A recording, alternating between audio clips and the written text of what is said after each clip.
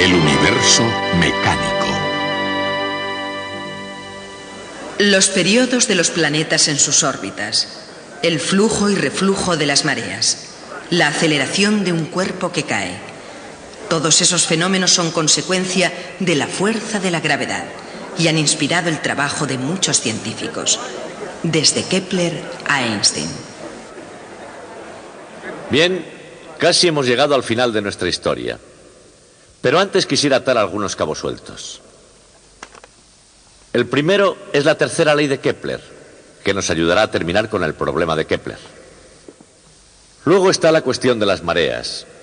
Recordarán que Galileo tenía una teoría que él consideraba como la coronación de los éxitos de su carrera científica, porque probaba con ella que Copérnico tenía razón. Pero Galileo estaba equivocado. Hoy les voy a explicar cómo funcionan las mareas. Y finalmente, quiero que volvamos a lo primero que hicimos, la ley de la caída de los cuerpos.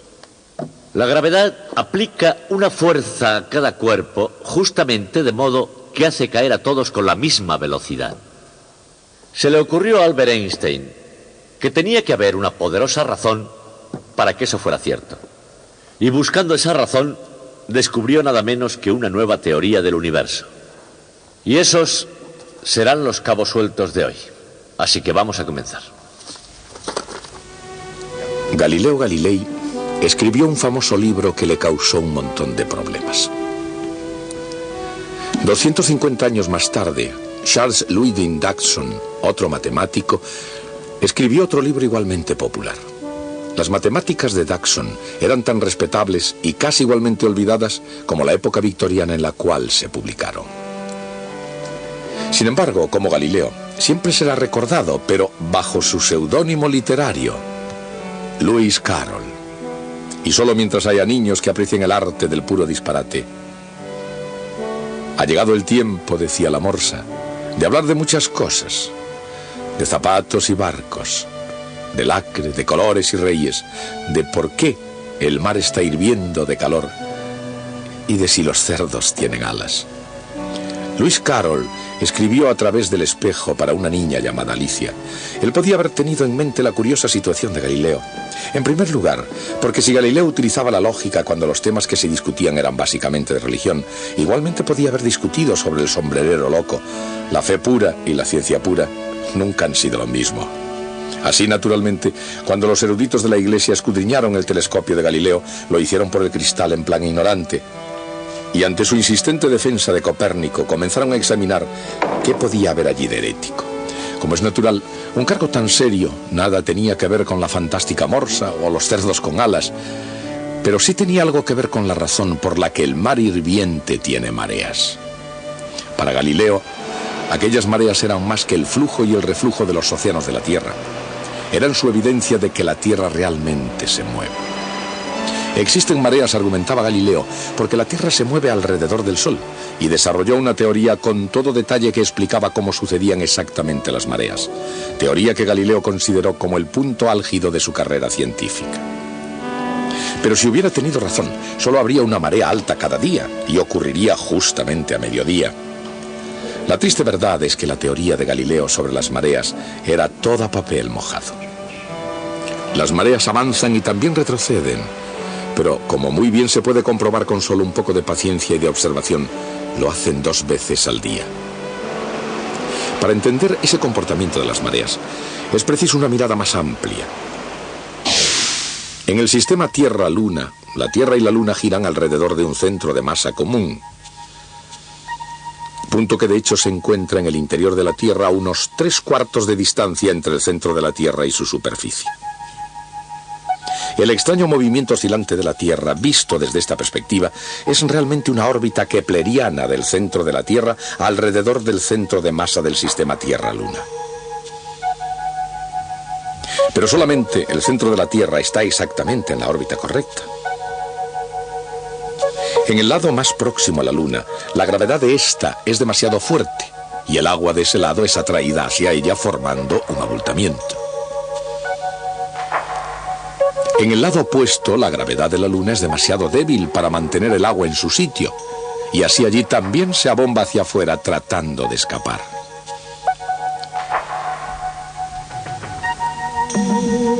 Cuando la Tierra oscila alrededor del centro de la gravedad Tierra-Luna, también está girando sobre su propio eje. Y al hacerlo pasa por debajo de esas protuberancias. En los lugares donde la Tierra en su rotación pasa debajo del agua que se ha elevado, ocurren las mareas altas. Y en los puntos entre ellos se suceden las mareas bajas. 2 mareas altas y 2 mareas bajas cada día. Y cada día también el Sol juega su papel en el continuo drama de las mareas. Como la gravedad del Sol tira fuertemente de la Tierra, igual que la de la Luna, contribuyen las mareas de la misma forma que la del Sol, aunque el Sol sea mucho mayor. El efecto del Sol es aproximadamente la mitad que el de la Luna, porque está a mucha más distancia de la Tierra.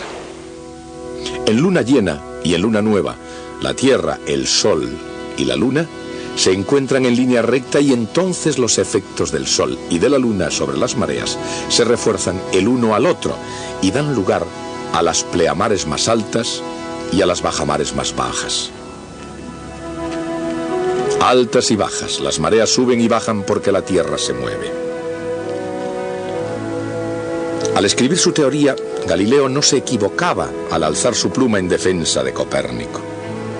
Aquella era una batalla aislada, pero por lo menos en principio no estaba solo. En 1618, 2 años después de que la Iglesia amonestara a Galileo, advirtiéndole que cesara de enseñar tan peligrosas ideas, Johannes Kepler publicaba un libro llamado La Armonía de los Mundos. Más que un argumento sobre la verdad de Copérnico, aquel libro era la prueba de Kepler de que él mismo no había estado viviendo una mentira. Kepler no solo intentaba desenvolver y exponer los secretos del universo, trataba de conjuntarlos y explicarlos todos en un libro que fuera una síntesis de geometría, música y astronomía que abarcase todo. Desde Platón y la Edad de Oro, ninguna obra podía equipararse a la ambiciosa naturaleza de la armonía de los mundos de Kepler. Y cuando Newton escarbó en las ideas de Kepler, encontró tesoros matemáticos de incalculable valor. Puede que haya sido tedioso examinar cuidadosamente una música que no se podía oír, fantasías que no se podían entender y modelos planetarios que se entendían aún menos. Pero qué remunerador debe haber sido desenterrar las 3 leyes de Kepler. Según Newton, la primera ley de Kepler decía que las órbitas de los planetas eran elipses. La segunda ley establecía que el radio vector de un planeta barría áreas iguales en tiempos iguales. Y finalmente, la tercera ley decía que el cuadrado del período de cualquier planeta es proporcional al cubo de su semieje mayor. Pero, ¿por qué? Integrando la segunda ley de Kepler a lo largo de un periodo completo, se obtiene que el periodo de un planeta es proporcional al área de su órbita, pero también es inversamente proporcional al cociente entre el momento cinético y la masa. Esta relación es verdadera para muchas formas de movimiento. Por ejemplo, sería cierta si el sistema solar girase como un cuerpo sólido y todos los planetas tuvieran el mismo periodo. También sería verdadera si los sistemas solares giraran como un vórtice, con cada planeta teniendo el mismo cociente entre su momento cinético y su masa. Entonces, el período de cada planeta sería proporcional al cuadrado del área de su órbita. Es también verdadera en el caso del movimiento real de los planetas.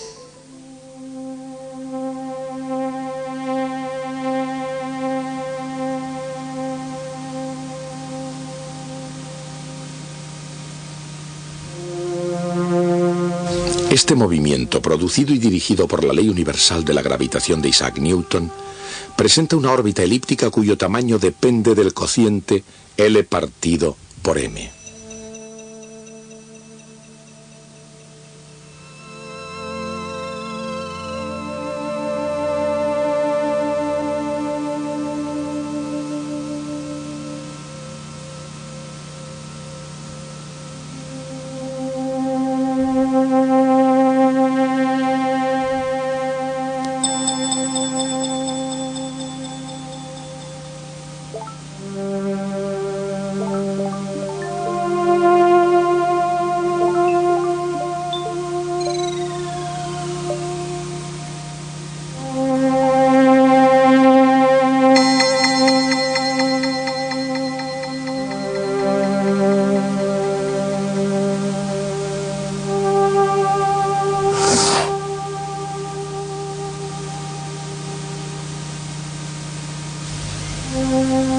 Así, finalmente, 4π al cuadrado, la constante gravitatoria y la masa del Sol relacionan t al cuadrado con a al cubo en cada planeta.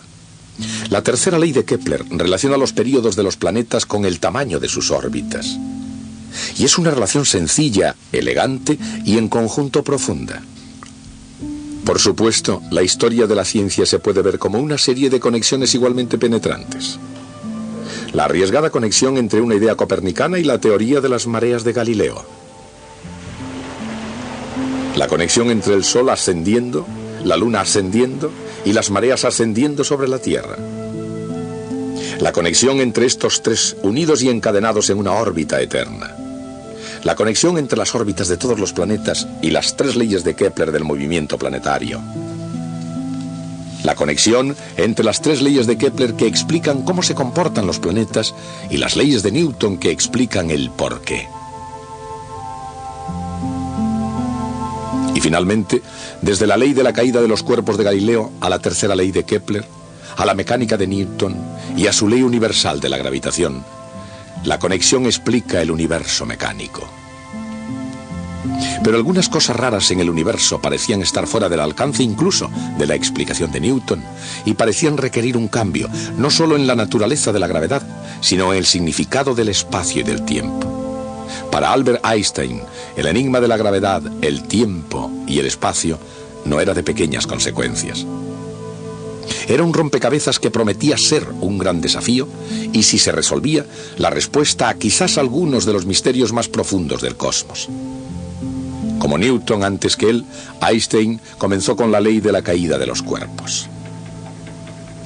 Galileo no comprendió completamente la gravedad, ni nadie lo haría hasta Newton.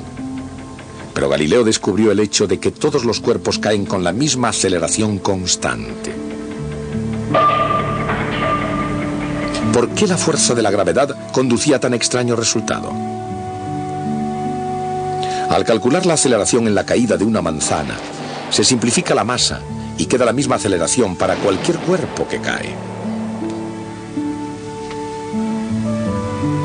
Pero, ¿por qué es así?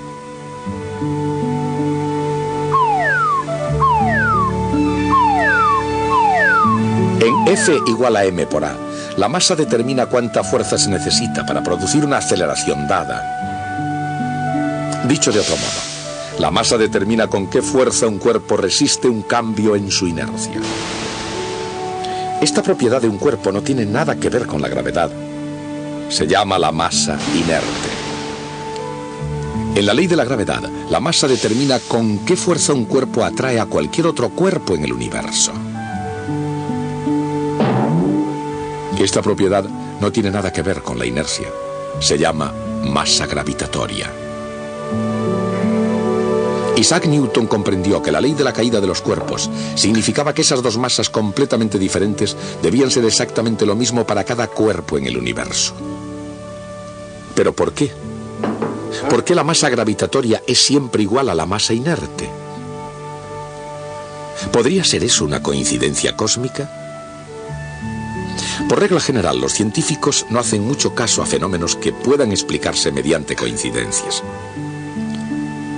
Albert Einstein no le hizo ningún caso. Pensó que debía haber en la naturaleza una ley más profunda que hiciera que la ley de la caída de los cuerpos, en vez de ser un misterio, fuera algo tan sencillo que resultara perfectamente obvia. Y el principio que Einstein eligió se convirtió en la base de su teoría de la relatividad. Se llama el principio de equivalencia, es decir, equivalencia entre gravedad constante y aceleración constante. Imaginemos un experimento en el que objetos diferentes con diferentes masas caen todos con exactamente la misma aceleración, llamada g.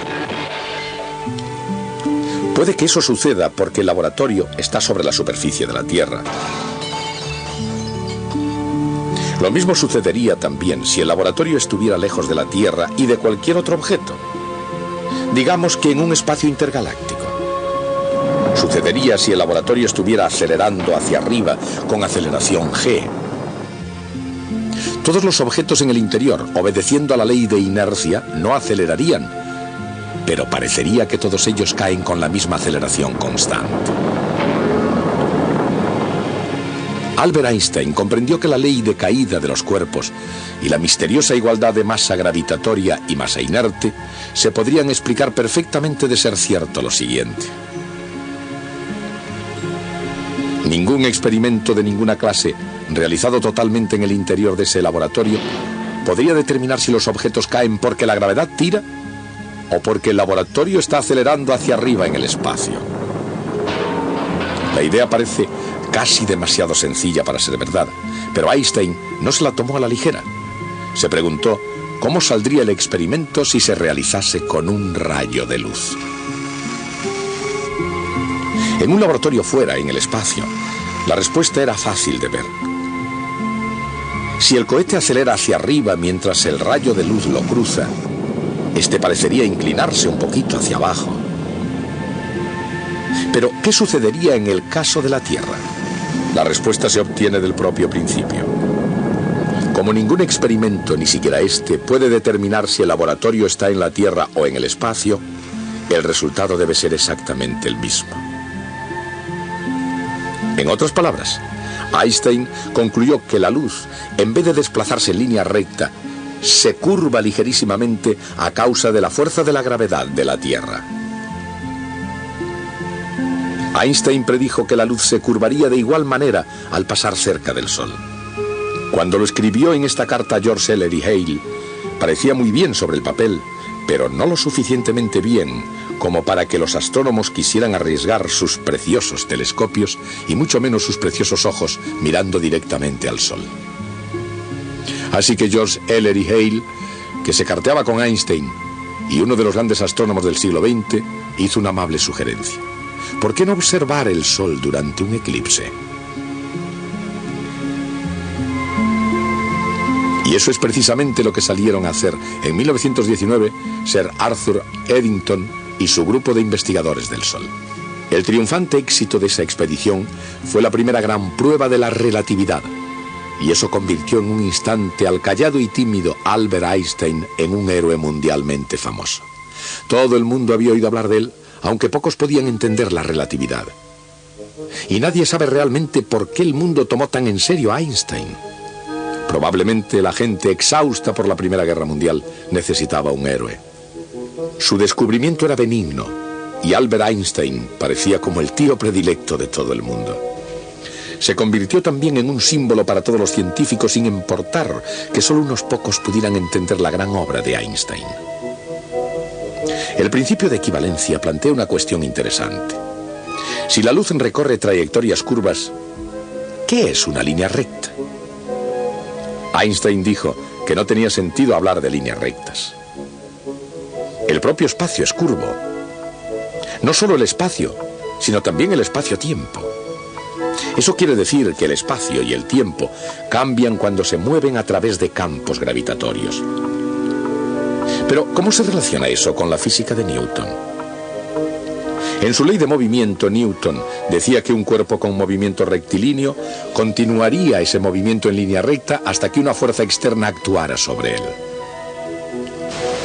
Si no hay líneas rectas, ¿qué sentido tiene la ley de la inercia? En un mapa plano o en una carta marina, la trayectoria más corta entre dos puntos es la familiar línea recta que los une. Pero no en la superficie de una esfera. Ahí la trayectoria más corta entre dos puntos no es una línea recta, sino un círculo máximo. Generalizando diremos que la línea más corta entre dos puntos de cualquier superficie se llama geodésica. Decía Einstein que la luz de las estrellas no puede realmente desviarse por la fuerza gravitatoria del Sol.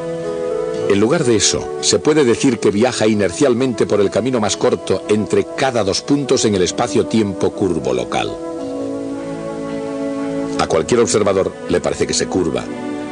Y por la misma razón, la órbita de la Tierra no tiene por qué ser, como dijo Newton, un compromiso entre la inercia que hace que la Tierra quiera irse en línea recta y la gravedad del Sol que mantiene a la Tierra dando vueltas a su alrededor. La Tierra, como la luz, se mueve inercialmente, sin fuerza ninguna, a lo largo de una geodésica del espacio-tiempo local creado por la presencia del Sol. Dicho de otra manera, el espacio-tiempo curvo, o incluso solo el espacio curvo, puede crear la apariencia de una fuerza, incluso si no hay ninguna. Imaginemos dos seres comenzando un viaje que obedezca a la ley de la inercia a lo largo de lo que ellos creen ser dos líneas rectas. Pero como se encuentran sobre una esfera, realmente son círculos máximos. Al cabo de algún tiempo, comienzan a aproximarse de nuevo, como si fueran arrastrados por una misteriosa fuerza que puede que ellos incluso llamen gravedad. Einstein hizo exactamente lo contrario. Eliminó la fuerza de la gravedad, reemplazándola por la curvatura del espacio-tiempo. Pero con eso había creado un gigantesco dilema. ¿Qué hace la masa para que el espacio-tiempo se curve? Einstein pasó los 7 años más difíciles de su vida, de 1909 a 1916, trabajando en el enigma. Cuando acabó, había producido nada menos que una nueva teoría del cosmos. No era una teoría ideada para extender o ampliar el universo mecánico de Newton, sino más bien para reemplazarlo completamente. ¿Podía ser eso posible? ¿Podría ser que después de todo la teoría de Newton estuviera equivocada? ¿Acaso no cae la Luna 1,27 milímetros cada segundo? ¿No barren los planetas áreas iguales en tiempos iguales? Y cuando una nave espacial deja la Tierra, ¿quién la conduce?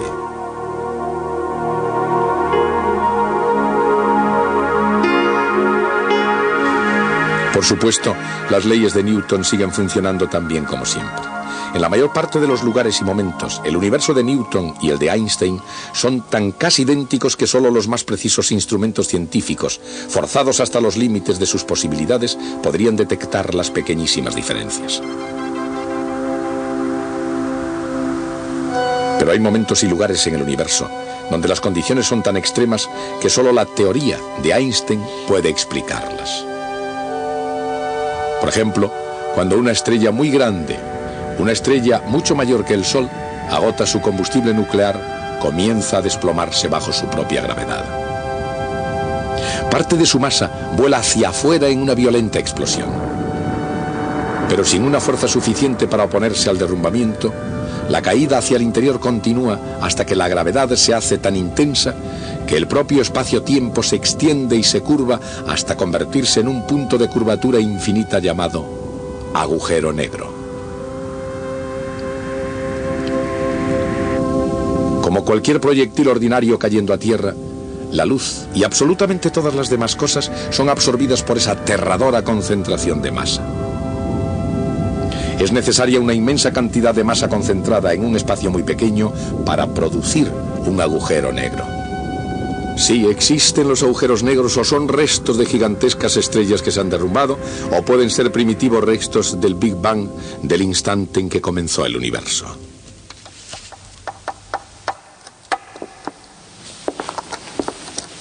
Por supuesto, a todos nos tortura la idea de imaginar cómo sería encontrarse en el interior de un agujero negro. Pero eso nunca lo sabremos. Es la máxima imposibilidad.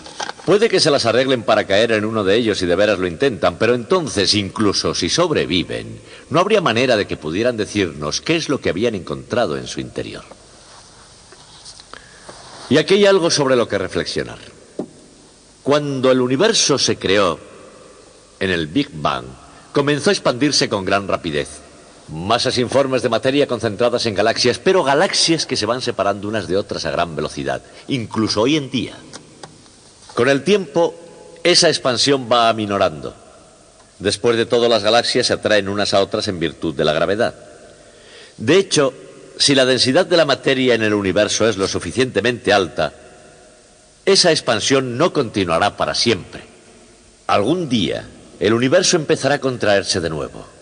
Poco a poco irá haciéndose más pequeño, acercándose a otro cataclismo tremendo, que es justamente el inverso del Big Bang. En cosmología ese acontecimiento también tiene un nombre. Se llama el Big Crunch, el gran crujido. Ahora bien, no sabemos si hay bastante materia en el universo que haga que eso suceda. Pero supongamos que sí la hay. En ese caso, nada escapará a esa contracción, ni siquiera la propia luz. Pero si nada, ni siquiera la luz, puede escapar, y eso es lo que hemos descrito exactamente como el interior de un agujero negro. Es posible que estemos actualmente en el interior de un agujero negro. Puede ser que nuestro universo entero sea el interior de un agujero negro de otro universo. Creo que es una idea suficientemente importante como para tenerles ocupados hasta el próximo día. La teoría general de la relatividad de Einstein reemplaza la gravedad por la curvatura del espacio-tiempo. Cuanto más masivo sea un objeto, mayor será la curvatura del espacio-tiempo alrededor del objeto. Un agujero negro es un objeto para el cual el espacio-tiempo está tan curvado que nada puede escapar de él. Y dijo el maestro: ha llegado el momento de atar muchos cabos, de saber cómo las garras de Tycho y las leyes de Kepler precisamente hicieron trizas a los griegos, de saber por qué el espacio de Einstein está suelto en muchas cabezas en lugar de Newton.